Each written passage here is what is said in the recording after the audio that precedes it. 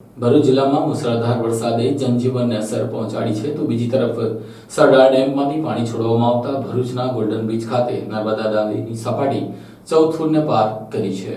ઉપરવાસમાં ભારે વરસાદના કારણે નર્મદા ડેમની જળ સપાટીમાં સતત વધારો નોંધાઈ રહ્યો છે। સાંજના 5 કલાક સુધીમાં નર્મદા ડેમ એટલે કે સરદાર સરોવર ડેમની જળ સપાટી 135.33 મીટરને આંબી ગઈ હતી। ત્યારે નર્મદા ડેમમાં સતત પાણીની આવકને પગલે હાલ નર્મદા નદીમાં 2,31,984 ક્યુસેક પાણી છોડવામાં આવી રહ્યું છે, જ્યારે કેનાલ મારફતે 23,762 ક્યુસેક મળીને કુલ 2.5 લાખ ક્યુસેક કરતા વધુ પાણી નર્મદા ડેમમાંથી છોડવામાં આવી રહ્યું છે। ત્યારે તેની અસર નર્મદા નદીની જળ સપાટી પર પણ જોવા મળી રહી છે। ભરૂચ અંકલેશ્વરને જોડતા ગોલ્ડન બ્રિજ નજીક નર્મદા નદીની જળ સપાટી સવારના સુમારે 15 ફૂટને પાર કરી ગઈ હતી, જો કે બપોર બાદ 14.43 ફૂટ આસપાસ ગોલ્ડન બ્રિજ નજીક નર્મદા નદીની જળ સપાટી જોવા મળી હતી। જો કે વોર્નિંગ લેવલ 22 ફૂટ અને ભયજનક સપાટી કરતા નર્મદા નદી ગોલ્ડન બ્રિજ નજીક 8 થી 10 ફૂટ નીચે વહી રહી હોય, જેને લઈને તંત્રએ લોકોને સાવચેત રહેવા માટે સૂચનો આપ્યા છે, તો અંકલેશ્વર સહિત ભરૂચના કેટલાક ગામોને એલર્ટ પણ કરાયા છે।